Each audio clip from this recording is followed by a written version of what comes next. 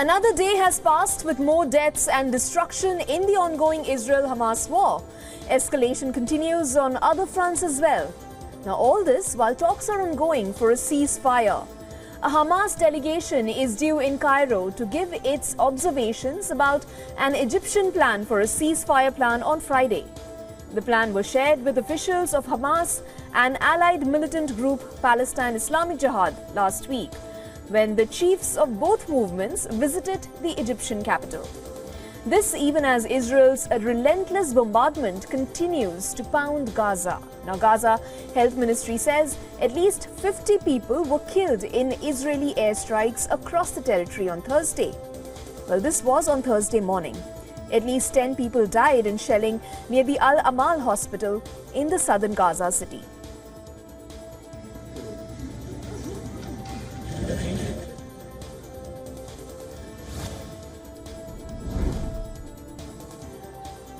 A suspect linked to Hindu temple break-ins in Canada's Greater Toronto has been identified. Now, according to the police, the 41-year-old Jagdish Pandhar has been named as the prime suspect.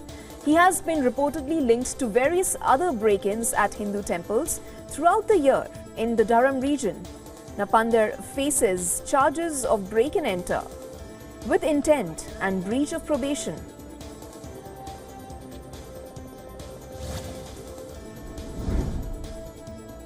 As the countdown begins for the US presidential race, trouble is mounting for Donald Trump. After a slew of legal battles, the former US president is now ineligible to appear on Maine's 2024 primary ballot. Now, Maine's top election official disqualified Donald Trump from the state ballot in next year's US presidential primary election. Maine now joins Colorado as the two states to ban Trump from the ballot for his role in the January 6th attack on the Capitol that took place 2 years ago. Maine Secretary of State Shenna Bellows, a Democrat, said that Trump incited an insurrection when he spread false claims about voter fraud in the 2020 elections. He then urged his supporters to march on the Capitol to stop lawmakers from certifying the vote.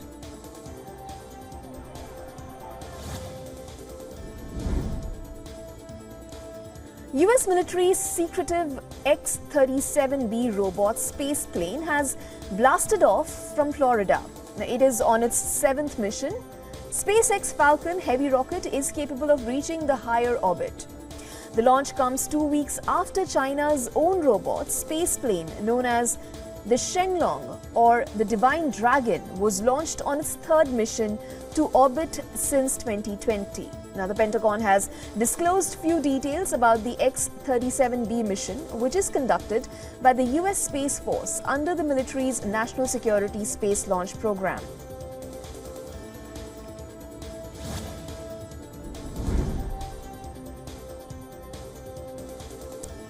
A former senior official at China's central bank has been sentenced to more than 16 years in prison for corruption. Now, according to Chinese media, the 51-year-old was investigated last year on suspicion of serious violations of discipline and law. The former head of the Monetary Policy Department at the People's Bank of China exchanged information for bribes totaling 21 million yuan or $3 million. Media reports tell he also used inside information about a Shanghai-listed company to make gains on the stock market. Now, the sentence, which is one of the heaviest for this type of case, comes as China's financial sector is increasingly in the crosshairs of President Xi Jinping's vast anti-corruption campaign. Now, those placed under investigation are usually convicted.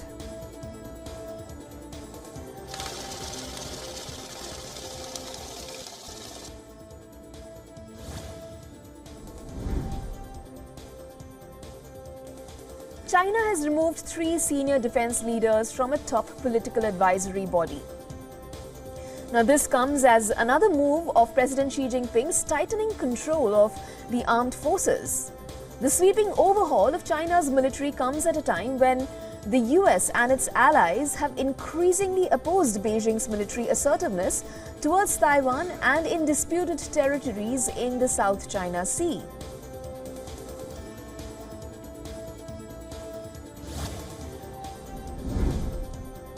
A teenage boy has been killed in a shark attack in Australia. The 15-year-old, identified by friends and a family member as Kai Cowley, was mauled by a suspected great white shark while surfing off the remote Ethel Beach on the York Peninsula. Now, according to the police, emergency services rushed to the popular surfing spot in Innes National Park but were unable to save the boy. The surf club Microgrom's junior board riders has said Cowley will be missed as he was a talented and a dearly loved member of the surfing community.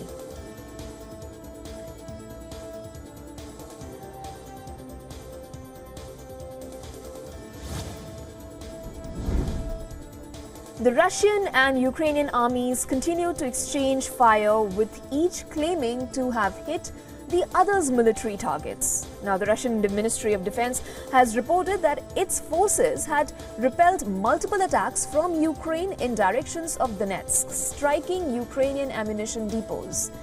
Now, the Russian Air Defense Forces have shot down 2 Ukrainian Su-25 aircrafts and intercepted multiple Ukrainian rockets and drones.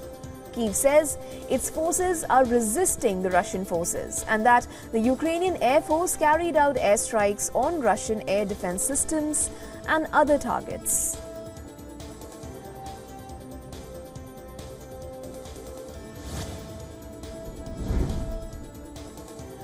Hong Kong activist Tony Chung says he has left the city for the UK to seek political asylum following the completion of his jail term earlier this year. Now, Chung was sentenced in 2021 to prison under a national security law imposed by China. Chung is the former leader of Hong Kong pro-independence group Student Localism that dissolved in 2020 before the security law came into effect. Now, Chung, in a social media post, said that as part of supervision rules since his release from prison in June, he was barred from leaving the country for 1 year.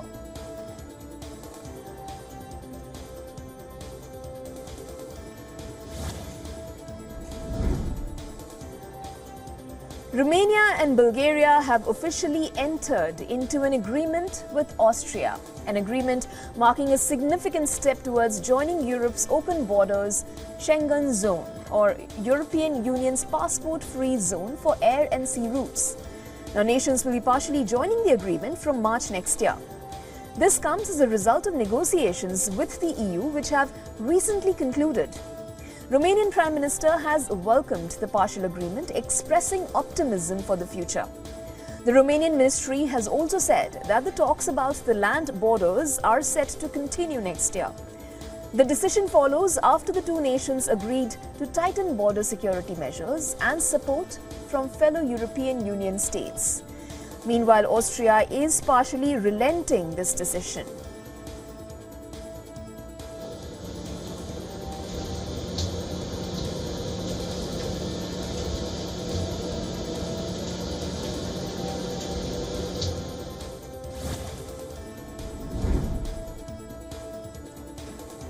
Former Japanese Senior Vice Justice Minister Mito Kakizawa has been arrested. Now, the arrest comes over allegations of vote buying in a Tokyo ward mayoral election that took place in April. Now, Kakizawa was arrested along with 4 of his secretaries. According to the prosecutors, the 52-year-old Japanese lawmaker is suspected of using around $18,000 to support Yoi Kimura in her successful campaign for election. Now, the payment is judged to have been an effort to buy votes. Moreover, he is suspected of offering around $5,600 as an advisory fee to a former assembly member involved in the election campaign for Kimura. Now, this comes as the 58-year-old Kimura resigned as the mayor of the Tokyo ward.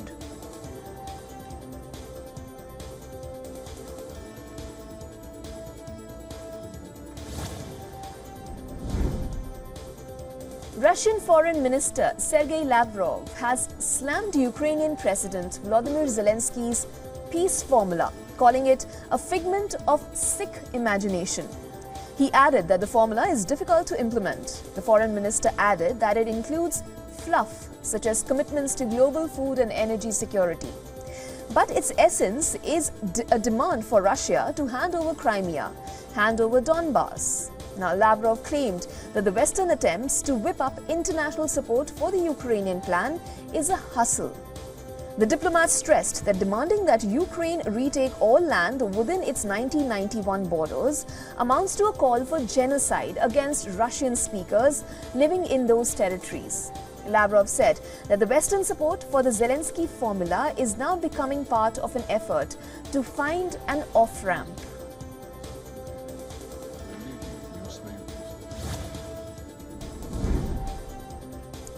United States and Mexico have decided to keep the border crossings open. The Mexican president made the announcement.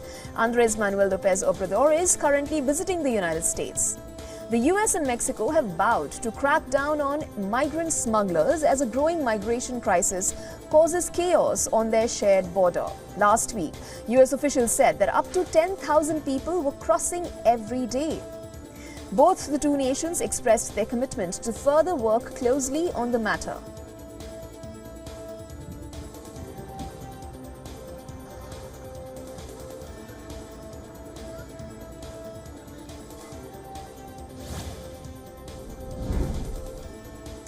President Nicolás Maduro has ordered Venezuela's armed forces to conduct defensive exercises in the Eastern Caribbean. This after the United Kingdom sent a warship towards Guyana's territorial waters as the South American neighbors dispute a large border region. 6,000 Venezuelan troops, including air and naval forces, will conduct joint operations. Maduro has described the impending arrival of the British ship HMS Trent to Guyana's shores as a threat to his country. He argues that the ship's deployment violates a recent agreement between the South American nations, which was earlier signed this month.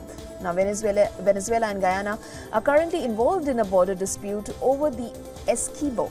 It is a sparsely populated region with vast oil deposits off its shores.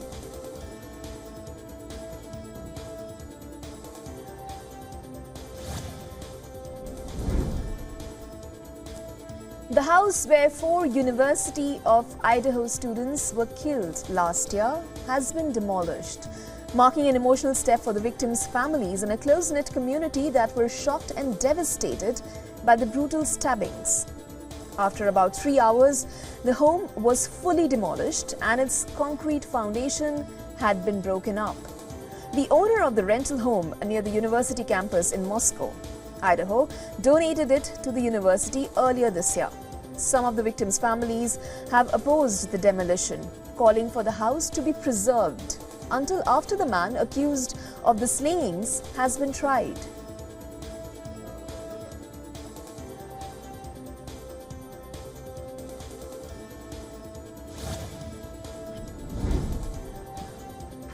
Chinese scientists have developed and tested an ultra-deep ocean drilling ship that is aimed at reaching the deeper layers of our planet to discover the mysterious of the seabed. The ship, called Mengjiang, aims to be the first to reach the Earth's mantle, an idea that has long fascinated scientists around the globe, but has remained a distant dream. The drilling can help scientists understand the tectonic plate system further. If this ship succeeds, this will be humanity's first venture into the upper mantle. The Mengjiang is designed to drill through the crust and reach the mantle from the sea surface, opening what is being called by some as a gateway to hell. The ship has the ability to drill 11,000 meters below the seabed.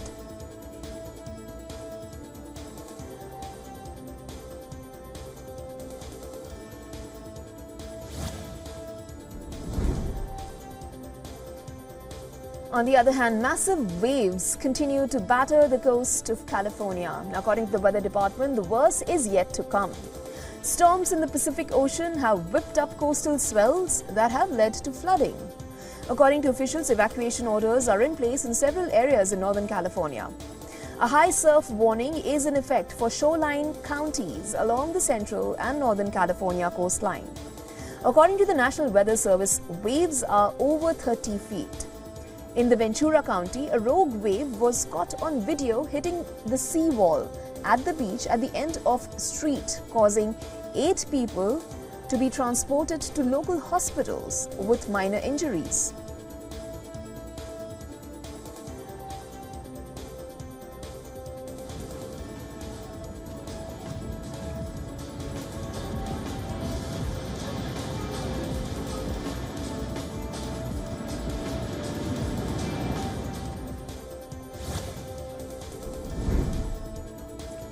Pilots of an American Airlines flight managed to land safely at London's Heathrow Airport despite strong winds from the Garrett. Now, in a clip filmed by aviation enthusiasts, the cameraman can be heard begging the plane to stop as it bounced down onto the runway. Elsewhere in the UK, Storm Garrett has brought flooding and disrupted travel, with Scotland being the worst affected area.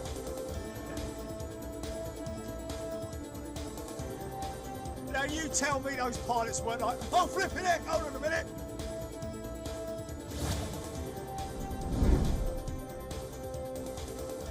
A group of southern sea lions and seagulls have decided to take a trip about town during a fisherman protest in Chile. Now, 3 southern sea lions were seen calmly walking in front of police vehicles during a blockade. Over them, a flock of seagulls flew while others ate fish on an armored vehicle's hood. Riot police did not seem to mind the animal presence. Fishermen closed streets and protested to demand a government bonus that would compensate them after a ban of hake fishing.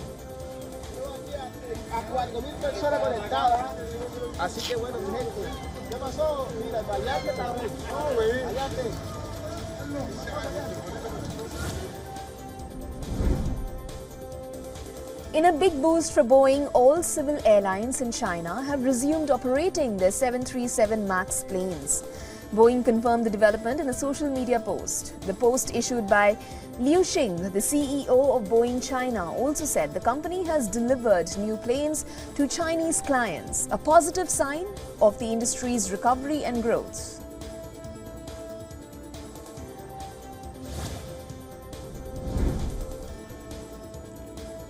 Meanwhile, the dollar looks to end 2023 with a loss, reversing 2 straight years of gains, dragged by market expectations that the US Federal Reserve could begin easing rates as early as next March. The greenback stayed broadly on the back foot on the last trading day of the year, with currency moves subdued amid a holiday lull leading up to the new year.